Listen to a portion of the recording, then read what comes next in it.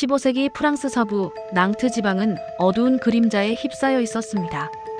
그의 이름이 들리는 순간 사람들은 본능적으로 아이들을 품에 안고 집안의 문을 굳게 잠갔습니다. 밤이 깊어지면 차가운 바람이 성벽을 스치며 울부짖고 희미한 촛불이 꺼질 때마다 사람들은 공포에 질린 목소리로 속삭였습니다. 그가 온다. 이토록 섬뜩한 존재, 우는 아이조차 울음을 멈추게 했던 남자, 바로 질드 레였습니다. 그의 이름은 공포의 대명사가 되었지만 그는 처음부터 이러한 괴물이 아니었습니다. 그의 삶은 영웅적인 빛으로 시작되었고 비극적인 어둠 속에서 막을 내린 중세 유럽의 가장 기괴하고 충격적인 이야기 중 하나입니다. 1404년 질드 레는 프랑스 샹토세 지역의 유서 깊은 명문가에서 태어났습니다. 그의 가문은 부르타뉴 지방의 가장 강력하고 부유한 귀족 가문 중 하나였으며 그는 어려서부터 남부러울 것 없는 환경에서 최고의 교육을 받았습니다. 라틴어에 능통하고 고전 문학의 조예가 깊었으며 당대 최고의 검술 교사로부터 훈련을 받아 뛰어난 기사로서의 자질을 갖추었습니다. 또한 전쟁 전략과 지략에서도 발군의 재능을 보이며 어린 나이에도 불구하고 가문의 기대를 한몸에 받았습니다. 이러한 배경 속에서 그는 훗날 프랑스의 영웅이자 성녀로 추앙받는 잔 다르크와 함께 100년 전쟁의 전장을 누비게 됩니다. 1429년 역사의 흐름을 바꾼 결정적인 전투 중 하나였던 오를레앙 전투에 질드 레는 잔 다르크의 부관으로 참전했습니다. 그는 잔 다르크의 신성한 지휘 아래 잉글랜드군을 오를레앙에서 완전히 몰아내는데 혁혁한 공을 세웠습니다. 그의 용맹함과 전략적 판단력은 전장을 승리로 이끌었고 프랑스군의 사기를 크게 북돋았습니다. 이 승리는 프랑스에게 절망적인 상황을 반전시키는 계기가 되었고 질드 레는 국민적 영웅으로 떠올랐습니다. 같은 해 잔 다르크의 활약으로 왕세자 샤를 7세가 랭스 대성당에서 프랑스의 정식 국왕으로 대관식을 거행할 때 질드 레는 왕의 성유를 나르는 4명의 기사 중 한 명으로 선정되는 영광을 안았습니다. 이는 그가 왕실로부터 얼마나 깊은 신임을 받고 있었는지를 보여주는 상징적인 사건이었습니다. 곧이어 그는 프랑스 원수, 즉 국가 최고 장군의 영예로운 자리에 오르게 됩니다. 젊은 나이에 이룬 이 모든 영광은 그를 당대 프랑스 귀족 사회의 중심에 세웠고 그는 프랑스의 방패라 불리며 국민의 존경과 사랑을 한몸에 받았습니다. 그야말로 모든 것을 가진 자였습니다. 하지만 영광은 예상보다 오래가지 않았습니다. 역사는 잔인하게도 질드 레에게 가장 소중했던 존재를 빼앗아갔습니다. 잔 다르크가 이단으로 몰려 종교 재판에 회부되고 결국 루앙에서 화형당하는 비극적인 사건이 벌어지자 질드 레의 인생 또한 함께 불길에 휩싸이기 시작했습니다. 그는 잔 다르크를 구하기 위해 여러 차례 노력했지만 이미 거대한 정치적, 종교적 세력에 의해 결정된 그녀의 운명을 바꿀 수는 없었습니다. 잔 다르크의 죽음은 그에게 깊은 절망과 충격을 안겨주었고 전쟁의 영웅은 잔혹한 권력의 소용돌이 속에서 점차 잊혀져 갔습니다. 그의 마음에는 설명할 수 없는 깊은 공허감과 함께 섬뜩한 광기가 서서히 자리 잡기 시작했습니다. 그는 전장에서의 승리와 명예로는 채울 수 없는 내면의 허무함을 느끼며 방황하기 시작했습니다. 질드 레는 점차 세속적인 쾌락과 사치에 탐닉하게 됩니다. 그는 엄청난 재산을 탕진하며 연극과 음악, 그리고 상상을 초월하는 호화로운 생활에 빠져들었습니다. 수백 명의 배우와 음악가들을 고용하여 성에서 대규모 연극 공연을 자주 개최했으며 한 번 사용한 무대 장치는 다시 사용하지 않고 모두 버리는 등 엄청난 낭비를 일삼았습니다. 연회를 열 때마다 최고급 식기와 의상, 그리고 희귀한 보석들로 치장하며 자신의 부를 과시했습니다. 이처럼 끝없이 돈을 쏟아붓는 그의 행태로 인해 가문의 광대한 영지는 하나둘씩 팔려나갔고 그의 재정 상태는 파산 직전까지 몰리게 됩니다. 깊은 절망감과 물질적인 궁핍 속에서 그는 마침내 이성을 잃고 금단의 영역인 연금술과 흑마술에 손을 대기 시작했습니다.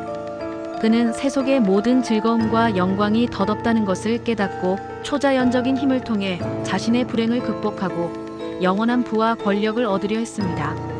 그때 그의 삶에 나타난 인물이 바로 프랑수와 프렐라티였습니다. 그는 스스로를 당대 최고의 연금술사이자 신비로운 악마의 소환술에 능통한 자라고 소개했습니다. 프렐라티는 질드레의 절박한 심리를 정확히 꿰뚫어보며 달콤한 유혹의 말을 건넸습니다. 폐하께서 진정으로 원하신다면 위대한 악마가 직접 나타나 당신에게 무한한 금을 안겨줄 것입니다. 이 한마디는 질드레의 마지막 남은 이성적인 판단력을 완전히 무너뜨렸습니다. 그는 프렐라티의 제안을 받아들였고 그날 이후 그의 성에서는 매일 밤 섬뜩하고 기이한 의식이 열리기 시작했습니다. 그의 성 깊숙한 곳에는 검은 제단이 세워졌고 어둠 속에서 라틴어 주문이 끊임없이 읊어졌습니다. 그리고 이 의식이 진행될 때마다 주변 마을에서는 아이들이 한 명씩 흔적도 없이 사라지는 섬뜩한 일이 벌어졌습니다. 마을 곳곳에서 아이들이 실종되기 시작했습니다.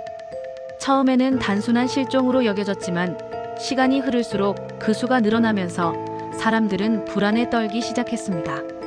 질드레의 성에 일하던 장인이나 하인, 심지어 그의 시종들까지도 성으로 불려간 뒤 돌아오지 않았다는 소문이 파다하게 퍼졌습니다. 밤이 되면 그의 성 티포즈에서는 인적이 드문 한밤중에 괴이하고 절규하는 듯한 비명소리가 들려왔다는 증언도 있었습니다. 이러한 기이한 현상들이 반복되면서 사람들은 점점 확신하게 되었습니다. 영주가 아이들을 악마에게 바치고 있다. 겉으로는 경외의 대상이었던 영주가 사실은 끔찍한 악마 숭배자라는 소문은 순식간에 퍼져나갔고 질드레를 향한 공포와 증오는 극에 달했습니다. 1440년 결국 이 소문은 더 이상 무시할 수 없는 수준에 이르렀고 낭트 주교청과 부르타뉴 공국은 질드레에 대한 대대적인 조사에 착수했습니다. 처음에는 그의 사치스러운 생활로 인한 재산 분쟁과 관련된 단순한 조사로 시작되었습니다. 질드레는 막대한 빚을 지고 있었고 그의 채권자들은 교회와 공국의 강력한 인물들이었기 때문입니다.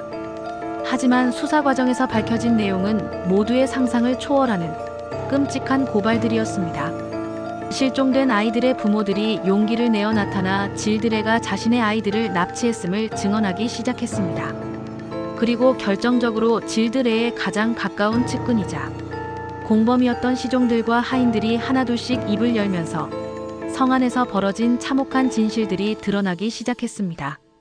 그들은 떨리는 목소리로 증언했습니다. 그는 아이들에게 아름다운 비단옷과 맛있는 음식을 주며 친절하게 유혹했습니다. 그리고 그 다음은 당시의 재판 기록에는 그 이후의 끔찍한 행위들이 직접적으로 자세히 기술되어 있지 않습니다. 아마도 너무나도 잔혹하여 차마 기록할 수 없었거나 의도적으로 생략되었을 것입니다. 그러나 그 빈칸은 그 어떤 말보다 더 큰 공포와 상상을 자아냈습니다. 결국 교회는 질드레를 악마 숭배, 살인, 남색, 그리고 이단이라는 중대한 혐의로 기소했습니다. 중세시대의 이단 혐의는 가장 무거운 죄로 죽음을 면할 수 없는 죄목이었습니다. 재판 첫날, 질드레는 법정에서 오히려 당당한 태도를 보였습니다. 그는 재판관들을 향해 조롱하듯 외쳤습니다. 잡것 같은 성직자들, 차라리 나는 교수형을 택하겠다. 그는 자신의 고결한 신분과 과거의 영웅적인 업적을 내세워 재판관들을 모욕하고 종교 재판의 권위를 인정하지 않는 태도를 보였습니다. 그러나 그의 오만함은 오래가지 못했습니다. 재판관들이 그를 고문실로 끌고 가겠다는 위협을 가하자 그는 두려움에 질려 완전히 무너졌습니다. 중세시대의 고문은 인간이 상상할 수 있는 모든 고통을 포함했으며 육체적인 고통뿐 아니라 정신적인 압박 또한 상상을 초월했습니다. 고문의 공포 앞에서 질드레는 결국 모든 것을 자백했습니다. 모든 죄를 인정한다. 다만 악마는 한 번도 직접 나타나지 않았다. 그의 자백은 피로 얼룩진 중세 재판의 한 페이지로 고스란히 남았습니다. 그는 자신의 입으로 자신이 어린 생명들을 끔찍하게 살해하고 그들의 영혼을 악마에게 제물로 바쳤다고 고백했습니다. 하지만 그의 자백에서 주목할 만한 부분은 이 모든 잔혹한 행위의 목적이 언제나 한 가지였다는 점입니다. 그것은 바로 악마로부터 무한한 부를 얻으려는 탐욕스러운 욕망이었습니다. 악마가 내게 금을 줄 것이다. 라는 그의 말은 영웅에서 악마로 추락한 그의 비극적인 삶을 압축적으로 보여줍니다. 재판은 1440년 9월부터 10월까지 약 한 달간 이어졌습니다. 질 드레는 자신의 모든 죄를 인정했으며 결국 그는 교회와 세속 법정 모두로부터 유죄 판결을 받았습니다. 최종 판결은 교수영우 화형이었습니다. 1440년 10월 25일 낭트의 광장에는 수천 명의 군중이 모여들었습니다. 한때 프랑스의 영웅으로 추앙받았던 질 드레의 비참한 최후를 보기 위해서였습니다. 그는 마지막으로 고개를 숙이며 군중 앞에서 참회했습니다. 나는 주님께 나의 모든 죄를 용서받기를 구한다. 그리고 나의 아이를 교회의 가르침으로 지켜달라. 이 마지막 유언은 그가 완전히 이성을 잃지는 않았음을 보여주는 한 줄기 빛과 같았습니다. 그는 교수형에 처해졌고 곧바로 그의 시신은 불길에 휩싸여 재가 되었습니다. 그의 나이 겨우 36세였습니다. 그렇게 젊은 나이에 영광과 오명을 동시에 거머쥔 채 그는 역사 속으로 사라졌습니다.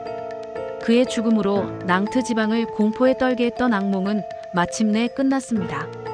그러나 질 드레에 대한 이야기는 그의 육신이 재가 된 이후에도 사라지지 않고 사람들의 입에서 입으로 전해지며 전설이 되었습니다. 수세기가 지나 17세기 말 프랑스의 유명한 작가 샤를 페로는 여러 전설과 민담을 바탕으로 잔혹한 귀족이 아내들을 살해하고 비밀의 방에 시체를 감춰두는 동화 푸른 수염을 썼습니다. 이 동화는 전 세계적으로 큰 반향을 일으켰고 많은 이들은 이 이야기의 모델이 다름 아닌 질 드레였다고 믿게 되었습니다. 아이들을 유혹하여 끔찍하게 살해한 귀족, 그의 성 지하에서 은밀하게 행해진 섬뜩한 의식들. 이 모든 요소들이 질 드레의 그림자를 닮아 있었기 때문입니다. 푸른 수염의 잔혹한 이미지는 질 드레의 실제 범죄와 기묘하게 겹쳐지며 그의 악명을 더욱 공고히 했습니다. 그러나 모든 역사학자들이 이러한 연결고리를 인정하는 것은 아닙니다.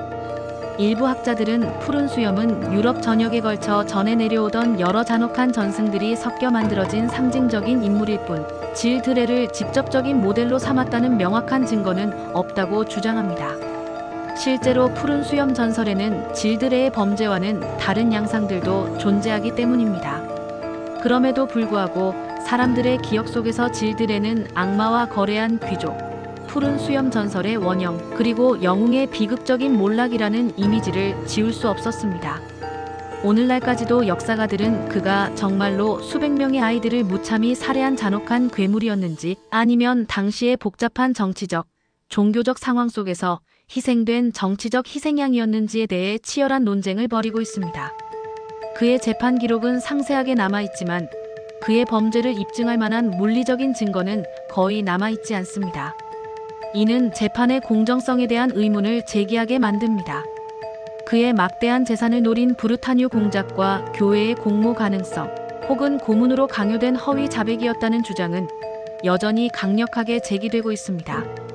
중세시대의 재판은 현대의 기준과는 매우 달랐으며 종교적, 정치적 목적에 따라 조작될 여지가 많았다는 점을 고려해야 합니다.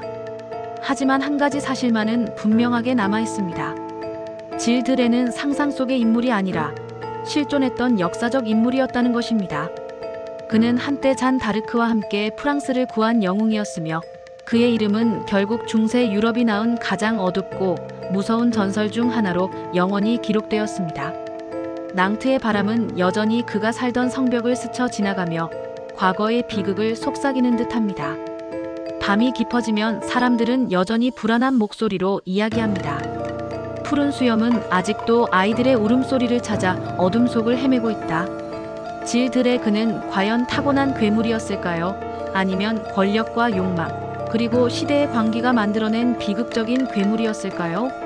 그의 진실은 어쩌면 영원히 어둠 속에 갇혀 있을지도 모릅니다. 그의 이야기는 인간 본연의 선과 악, 영웅적인 면모와 잔혹한 광기가 어떻게 한 인물에게 공존할 수 있는지를 보여주는 섬뜩한 경고로 남아 있습니다.